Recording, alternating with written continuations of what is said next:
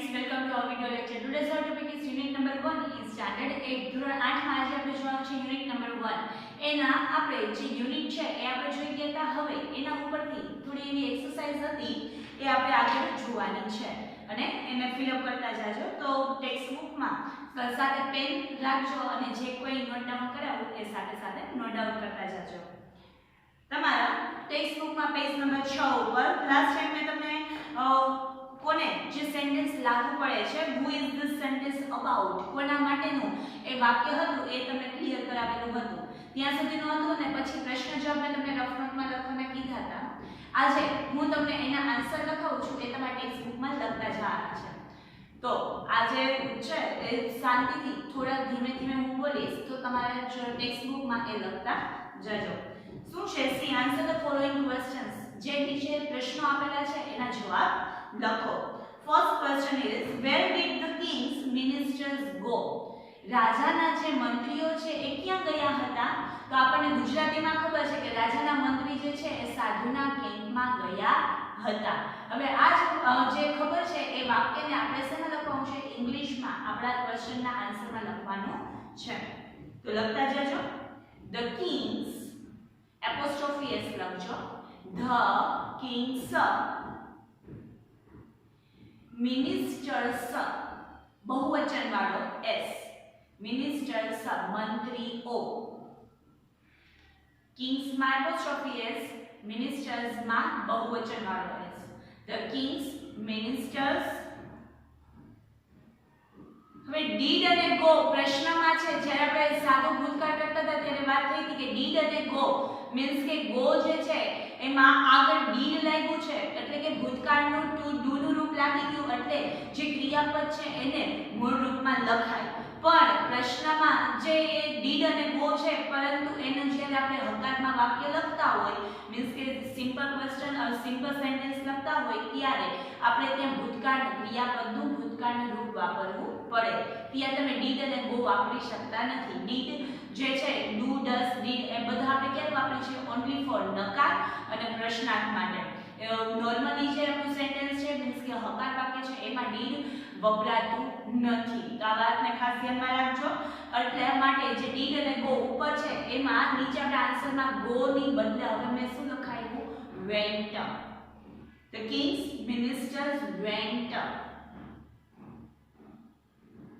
to the sadhu's camp. સાધુના કેમ્પમાં means કે apostrophe S સાધુ's camp. ફરીથી એકવાર આખું સેન્ટેન્સ બોલું છું. The king's ministers went to the sadhu's camp.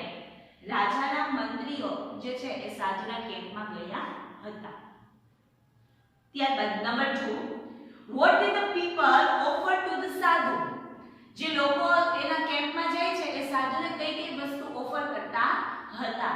તો આપણને ખબર છે ઘણા બધા જે લોકો છે એ પોતાની સાથે અનાજ છે, ફ્રૂટ છે, કપડા છે, એનિમલ્સ એટલે કે પ્રાણીઓ છે, ગોલ્ડ કોઇન્સ આ બધી જ વસ્તુઓ તે સાધુને ઓફર કરતા હતા. તો એને આપણે લખીએ. The people offered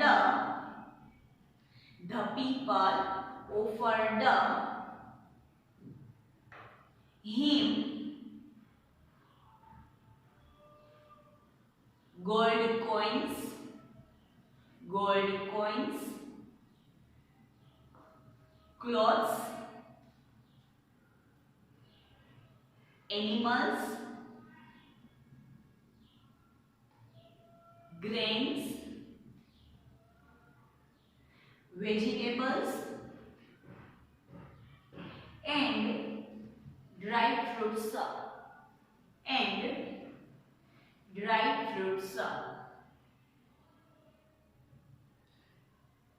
ત્યારબાદ question number 3 what did the sadhu do by puja. સાધુ જે છે એ પૂજા કરતા એ વિધિ કરતા એનાથી એ શું કરી શકતા હતા? તો લખો એમાં સાધુ could એટલે કરી શકવું. સાધુ could cure cure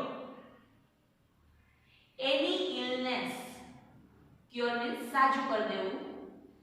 any illness એટલે બીમારી. ILLNESS illness by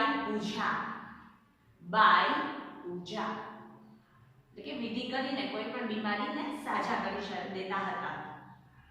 ત્યારબાદ fourth, what was the sadhu's promise to the villager 2?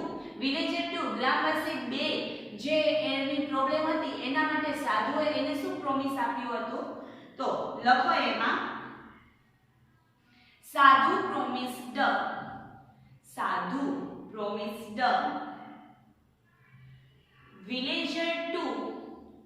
villager 2 to make TOMAKE to make બનાવવું to make him a rich ધનવાન માણસને બનાવવા માટેનો પ્રોમિસ કર્યો હતો. તો to make him a rich. ત્યારબાદ number 5, who plucked the first hair from the sadhu's beard? સાધુની દાઢીમાંથી પેલો વાળ જે છે એ કોણે ખેંચ્યો હતો? તો કોને ખેંચ્યો તો આપને ખબર છે, તેનાલી રામને. તો લખો ત્યાં Tenali Raman plucked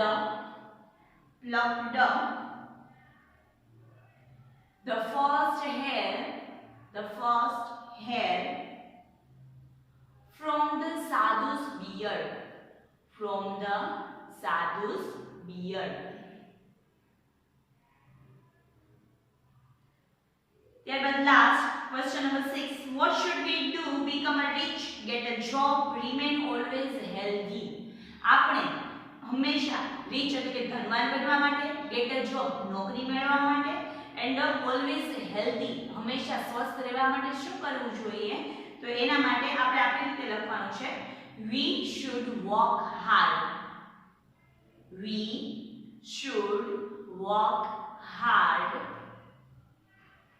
and eat healthy food હંમેશા મહેનતવાળું કામ કરો અને સ્વસ્થ અને સારો એવો ખોરાક હેલ્ધી ફૂડ જમો તો આપણે સારી એવી જોબ મેળવી શકીએ, સારો અભ્યાસ કરી શકીએ અને આપણું સ્વાસ્થ્ય પણ સારું રહે છે. તો અહીંયા સુધીમાં તમારો જે ક્વેશ્ચન આન્સર છે એ એક્સરસાઇઝ કમ્પ્લીટ થાય છે. ત્યારબાદ નંબર ડી છે find a word from the lesson that meaning this following. જે તમને નીચે વાક્ય આપેલા છે એના ઉપરથી માત્ર એક જ શબ્દ એ ડિસ્ક્રાઇબ કરતો હોય એવો શબ્દ આપણે પાઠમાંથી ગોતીને લખવાનો છે કે લાઈનનો મીનિંગ એક શબ્દમાં શું થાય. The first letter is printed in the bracket અને એ તમને જવાબમાં જે કૌંસમાં આપણે લખવાનું છે એમાં પહેલો એનો લેટર, પહેલો જે એનો અક્ષર છે એ આપણને આપેલો છે. તો પાછળની જે બ્લેન્ક છે એને આપણે કમ્પ્લીટ કરશે. ફર્સ્ટ છે a country ruled by a king. તમને એક્ઝામ્પલ તરીકે આપેલું છે કન્ટ્રી એટલે કે કોઈ દેશનું શાસન જે કરતા હોય તો રાજા દ્વારા થતું હોય એને શું કહેવાય? તો કિંગડમ રાજ્ય. જેને શું કહેવાય છે? રાજ્ય. તો એવી જ રીતના નંબર 2 આપણે લખીએ a way of addressing a religious leader. Religious leader એટલે કોઈ ધાર્મિક પુરુષને આપણે મહાન જે એવા કોઈ ધાર્મિક પુરુષો હોય અને એને આપણે જ્યારે એડ્રેસ કરતા હોય મીન્સ કે એને માનથી આપણે બોલાવતા હોય તો આપણે શું કહીએ? તો એમાં ફર્સ્ટ લેટર આપેલો છે એક y છે અને એક h છે. તો લખો એમાં y વાળું છે એમાં પાછળ o u r મીન્સ કે યોર. y આપેલું છે તમને અને પાછળ બ્લેન્ક છે, પછી તમને h છે અને પછી બ્લેન્ક છે. તો y પછી લખો o u r યોર અને પછી h છે એમાં Holiness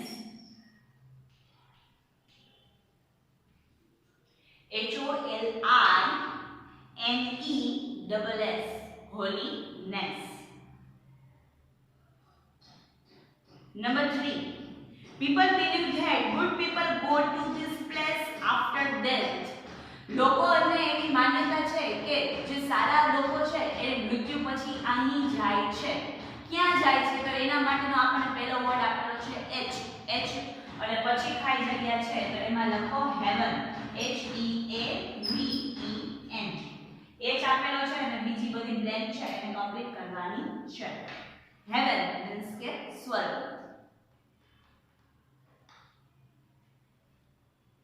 number 4 run after someone કોઈની પાછળ દોડવું. તો એને શું કહેવાય એક શબ્દમાં? તો એને ઇંગ્લિશમાં કહેવાય ચેસ. ચેસ મીન્સ કે કોઈનો પીછો કરવો, કોઈની પાછળ દોડવું. સી આપેલો છે અને એની પાછળ લખો HASE.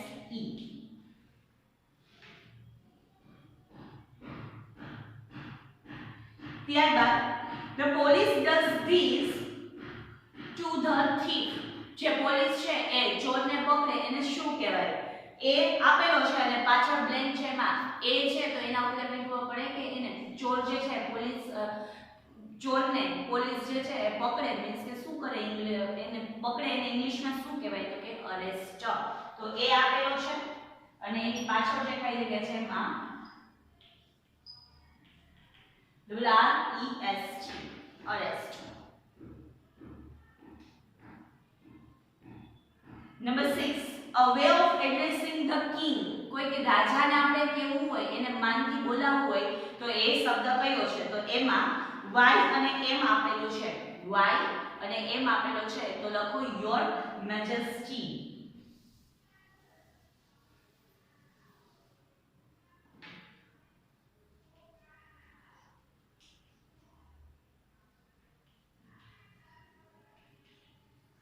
your majesty.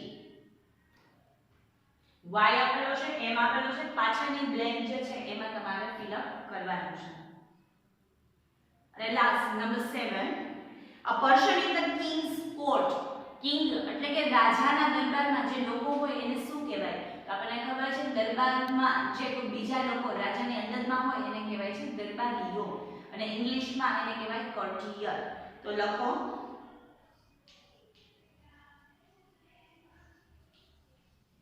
સી આપેલો છે, પાછળ ફિલ અપ કરવાનું છે COURITER courtier.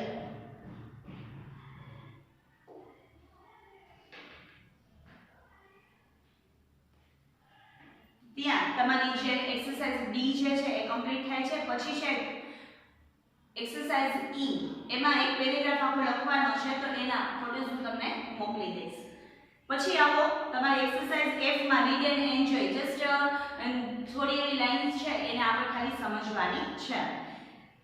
શું છે એમાં? તો કે 3 grey geese in the geese grass grazing. બધા સરખા ટોન વાળા જે વર્ડ છે એ સેમ સિમિલર આપણે આપેલા છે, સરખા ટોન વાળા, સરખા ગ્રાસ વાળા. તો કે છે 3 grey geese in the green grass grazing. 3 grey geese, geese means કે હંસ.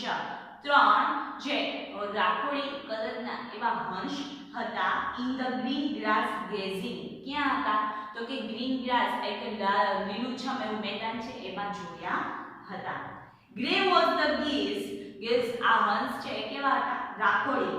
And green was the grass અને ઘાસ હતું એ ગ્રીન હતું. હંસ હતા એ રાખોડી હતા મીન્સ કે રાતા એવા હતા અને જે ઘાસ હતું એ કેવું હતું? તો કે લીલું હતું. Number 2 swan swam over the sea. Swam એટલે રાજહંસ. રાજહંસ જે છે એ દરિયામાં એટલે કે સી એટલે કે દરિયો એમાં તરતા હતા. સ્વિમ સ્વિમ સ્વિમ તરે છે તરે છે તરે છે. વેલ સ્વમ સ્વાન ખૂબ જ સારી રીતે તરે છે. કોણ? સ્વાન. તો કે રાજહંસ. નંબર 3 સે ધીસ શાર્પલી. આ શાર્પલી એટલે કે ખૂબ જ તીવ્રતાથી બોલો. સે ધીસ સ્વીટલી ખૂબ જ મીઠાશથી બોલો. સે ધીસ શોર્ટલી થોડું ઓછું બોલો. સે ધીસ 16 ટાઈમ્સ અને આ 16 વાર બોલો. આવી રીતના નોર્મલ એવી જે વાત છે જસ્ટ ખાલી ટોન બધાના સરખાવે છે તો એને તમે બોલશો એટલે તમને એક રિધમ ઊભી થશે અને બોલવાની મજા આવશે.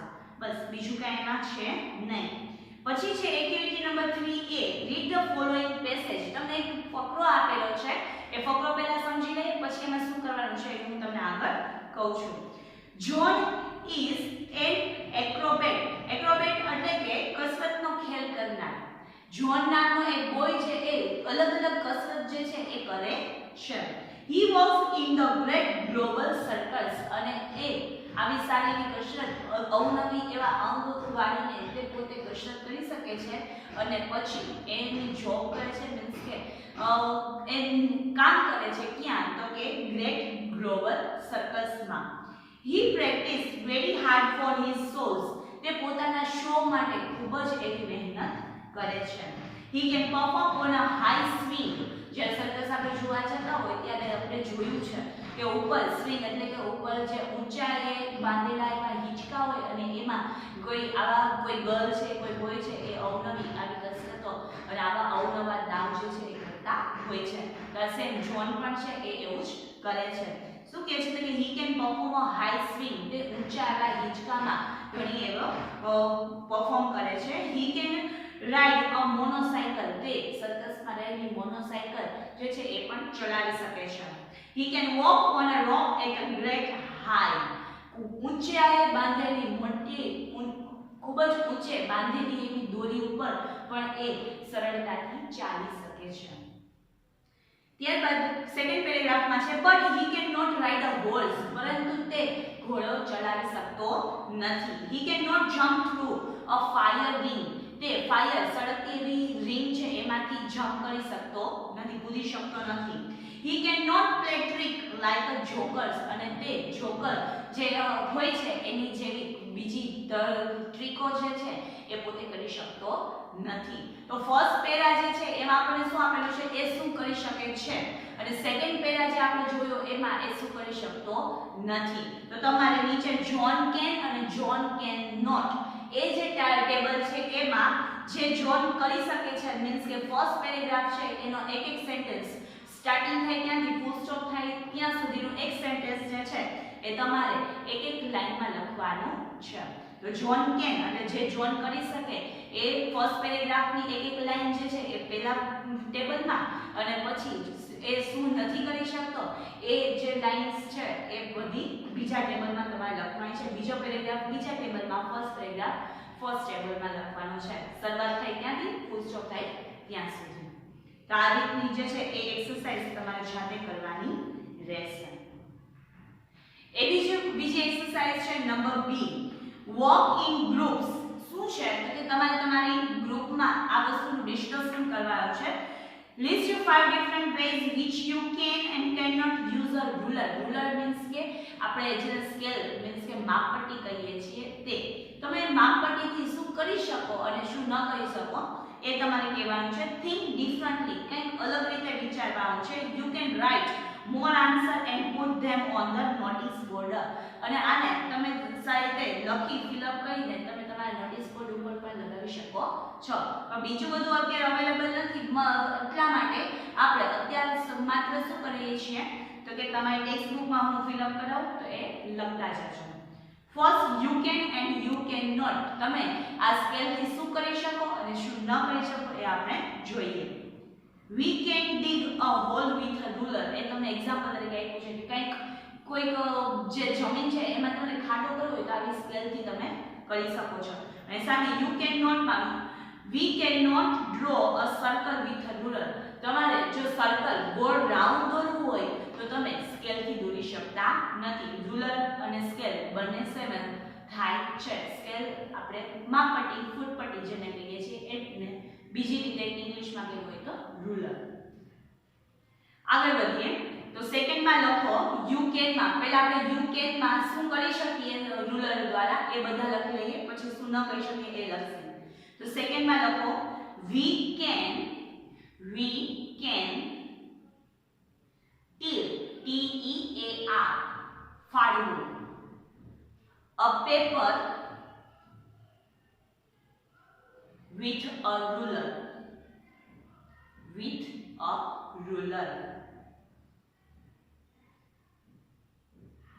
ત્યારબાદ નીચેનામાં લખો એ પહેલા તમને સમજાવી દઉં. we can tear a paper means કે આપણે કોઈ કાગળને ફાડવો હોય તો આ સ્કેલ દ્વારા ફાડી શકીએ છીએ.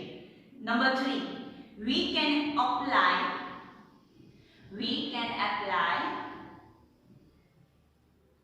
butter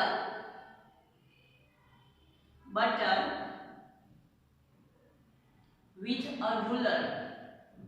કે કેવી જરૂર પડે તો કોઈ બીજી વસ્તુ ન હોય તો કે સ્કેલ સ્કેલથી તમે બટરને બ્રેડ ઉપર અપ્લાય કરી શકો છો. નંબર 3 ત્યાં કમ્પ્લીટ થાય. પછી number 4 we can use ruler as a paperweight.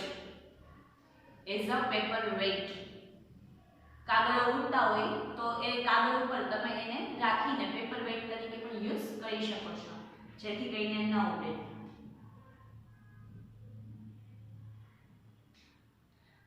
અને last we can eat bhel.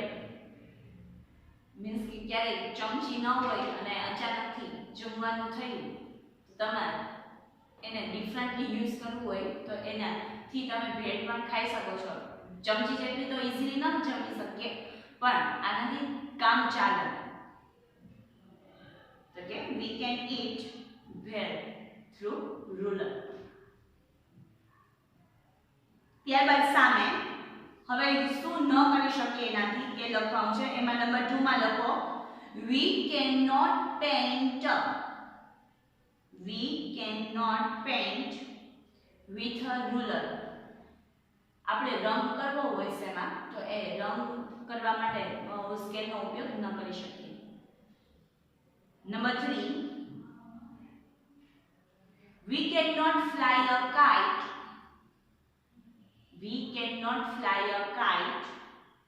with a ruler. પતંગ એનાથી ન ઉડાડી શકીએ. Number 4 we cannot cut cloth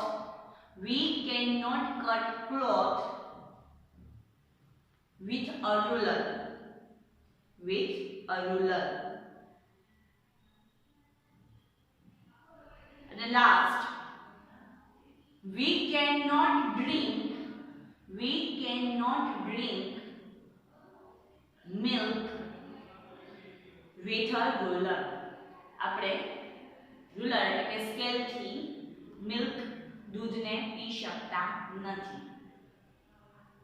તો આ જ એક્સરસાઇઝ હતી યુ કેન અને you can not with ruler. Scale થી આપણે કઈ વસ્તુ કરી શકીએ ને કઈ વસ્તુ ન કરી શકીએ એ આપણે લખ્યું. હવે જે આગળની એક્સરસાઇઝ છે એ આપણે નેક્સ્ટ વિડિયોમાં કરીએ છીએ. અહીંયા સુધીનું આપણે રાખીએ. જેટલું પણ મેં ફિલ અપ કરાવ્યું એ તમારી ટેક્સ્ટ બુકમાં ફિલ અપ કરીને એના ફોટોસ જે છે એ મને મોકલવાના રહેશે. કોઈ પણ ડાઉટ હોય તો એ પૂછી લેજો, જેથી કરીને સોલ્વ થઈ જાય. નેક્સ્ટ વિડિયોમાં ન્યૂ એક્સરસાઇઝ સાથે આપણે મળીએ. ત્યાં સુધી bye bye. Thank you and tech